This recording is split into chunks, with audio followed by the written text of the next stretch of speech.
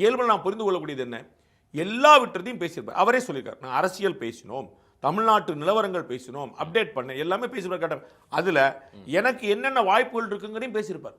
Pass நான் வந்து உங்கள் கூட சேர விரும்புகிறேன், நீங்கள் மாட்டேங்க, எனக்கு வேறு வாய்ப்பு இருக்குது, எனக்கு ஆஃபர் இருக்குது, அது ஆட்டோமேட்டிக்காக சொல்லுவாங்க. அது கட்டாயம் சொல்லியிருப்பார்.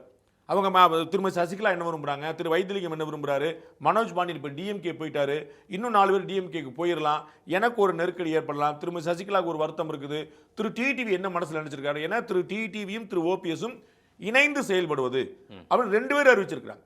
இனிமேல் நாங்கள் இணைந்து செயல்படுவோம் அப்படின்னு திரு ஓபிஎஸ் அவர்கள் நீக்கப்பட்ட பிறகு ரொம்ப தெளிவாக சொல்லியிருக்காரு. நானும் அண்ணன் சார் டிடிவி சாரும் இணைந்து செயல்படுவோம், அவர் சொல்லியிருக்காரு நானும் சேர்மனும் இணைந்து செயல்படுவோம், 2 பேருமே சொல்லியிருக்காங்க. ஸோ இந்த விஷயம் திரு டிடிவி சேர்த்து உள்ள கொண்டு வருவதற்கான ஏற்பாடாக இருக்கும். Right sir. ஆனால் துரோகத்தை வீழ்த்துவோம், எடப்பாடியை வீழ்த்துவோன்றது தான் ஒரு பெரிய சூளுரையாக எடுத்திருக்காரு டிடிவி தினகரன். 2 பேரும் சேர்ந்து செயல்படுவோம்னா என்டிஏ அலைன்ஸ் தான் ஃபர்ஸ்ட் ப்ரிஃபரன்ஸ், ஃபர்ஸ்ட் அவர் அதுதான் ஆப்ஷன் அப்படின்னு நீங்க சொல்லிட்டு இருக்கீங்க. எல்லாத்துக்கும் இடையிலும் மிட்வே இருக்குது. அவங்க என்ன பண்ணுவாங்க எனக்கு தெரியாது.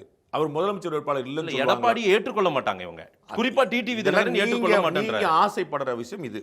நான் ஆசைப்படல, டிடிவி தினகரன் அதை தான் ஆசைப்படுறாரு. நான் வந்து ஆற்றொழுக்கா ஓடிடும், அப்படியே வெண்ணெய் கட்டி மாதிரி வலிக்கு ஓடினா சொல்லிடல. சேலஞ்சஸ் ஆர் தேர்.